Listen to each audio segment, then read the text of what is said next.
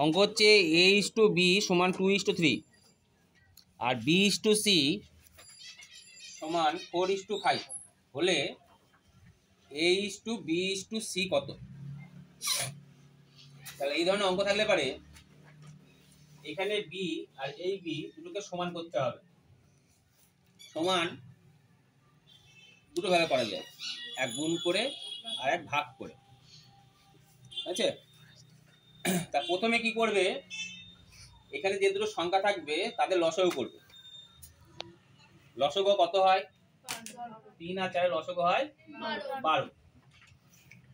তাহলে 12 আনতে গেলে এটাই কি করতে হবে? 4 দিয়ে গুণ। 4 দিয়ে গুণ করলে কত হয়? 8:12। বুঝে গেল? ক্লিয়ার? এটাকেও আনতে হবে, কত আনতে হবে? 12। তাহলে কত দিয়ে গুণ করতে হবে? 3 দিয়ে। 3 দিয়ে গুণ করলে কত হয় বলো? 12:15। তাহলে কত? তাহলে বি দুটো ক্ষেত্রে সমান হয়ে গেছে? হয়েছে না হয়নি? তাহলে অতএব A:B:C কত হলো? 8:12:15। ক্লিয়ার? বুঝে গেল? এবার যদি চারটে থাকে, এইভাবে থাকে, তাহলে প্রথমে এই দুটোকে আগে সমান করবে। এইটা আর এটা সমান করবে। এই দুটোকে সমান করে নি। তাহলে প্রথমে এই দুটো কি করবে? লসাগু। লসাগু করলে কত হয় বলো? 12। 12 আনতে গেলে এটা কত গুণ করতে হবে? 4। 4 দিয়ে গুণ করলে কত হয় বলো? 8:12। 8:12। এটা কত হয় বলো? 12:15। বুঝে গেল? হ্যাঁ, তাহলে এটাকে গুণ করতে কত গুণ করতে হবে? 3 দিয়ে গুণ করতে হবে। 3 4 12 আর 3 5 15। বুঝে গেল? এইবারে এই অঙ্কের সি কত? এখন ভালো করে ভেবে বলো, এখন সি কত? 15। এখন সি হচ্ছে 15। ক্লিয়ার?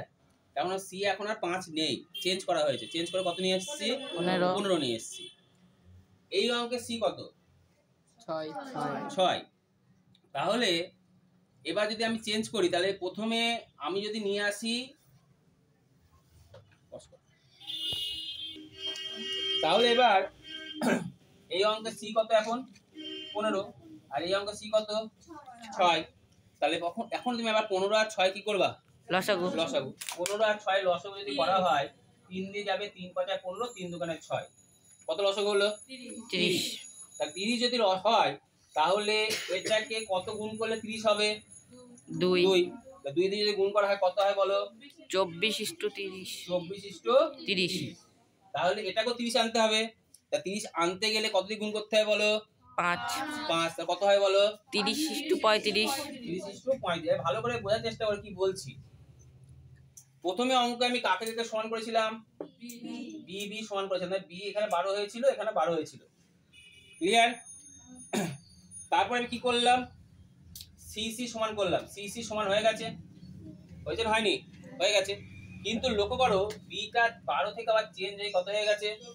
24 হয়ে গেছে। ভালো করে বুঝতে পেরেছো না? বোঝা যায়নি? আগে ছিল কত? সমান করলাম, বি কত আনলাম? 12। কিন্তু পরক্ষণে সি কে সমান আনার জন্য এখানে হয়ে গেল কত?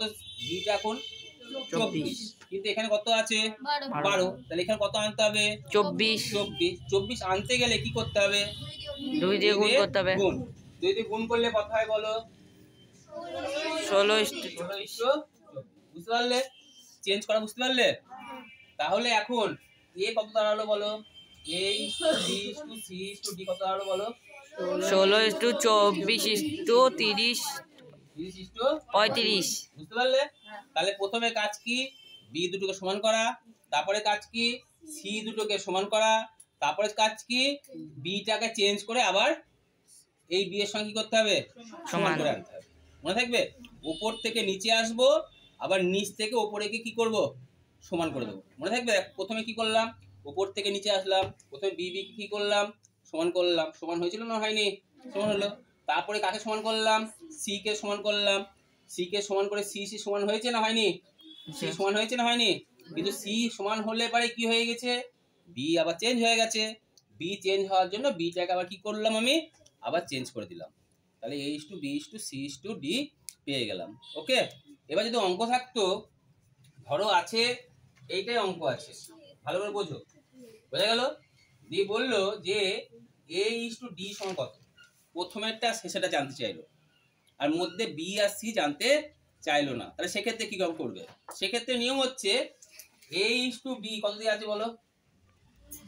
2:3। বা তাহলে a বাই বি সমান কত হয় বলো? 2/3। বোঝা গেল? আচ্ছা বি ইস টু সি কত দিয়ে আছে বলো? 4:5। 4:5। তাহলে বি বাই সি কত হয় বলো? 4/5। 4/5। সি ইস টু ডি সমান কত দিয়ে আছে বলো?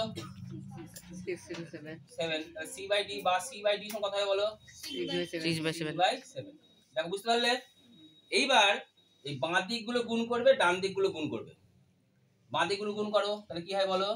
a বাই বি গুণিত b বাই সি গুণিত c বাই d সমান কত হয় বলো? 2/3 গুণিত 4/5 গুণিত কত? 6/7। ক্লিয়ার? বুঝতে পারলে? দেখো এবার বি বি কেটে গেল, সি সি কেটে গেল। বোঝা গেল? এবার কাটাকাটি গেলে কাটাকাটি করো, কাটাকাটি যাচ্ছে আর কাটাকাটি যাচ্ছে না, তাহলে পড়ে থাকলো কে বলো? a বাই ডি সমান 4 দুগুণে 8, 8 দুগুণে 16 বাই কত? 35। অতএব a ইস টু ডি সমান 16 ইস টু কত? 35। 16 ইস টু 35। তাহলে প্রথমেরটা আর শেষেরটা যদি জানতে চাই তখন এইভাবে করব, যদি সবগুলো একসাথে জানতে চাই তখন এইভাবে করব। বুঝতে পারলে? এবার যদি ডি ইস টু ইউ থাকতো, a ইস টু ই কত, সেই একই প্রসেস মনে থাকবে।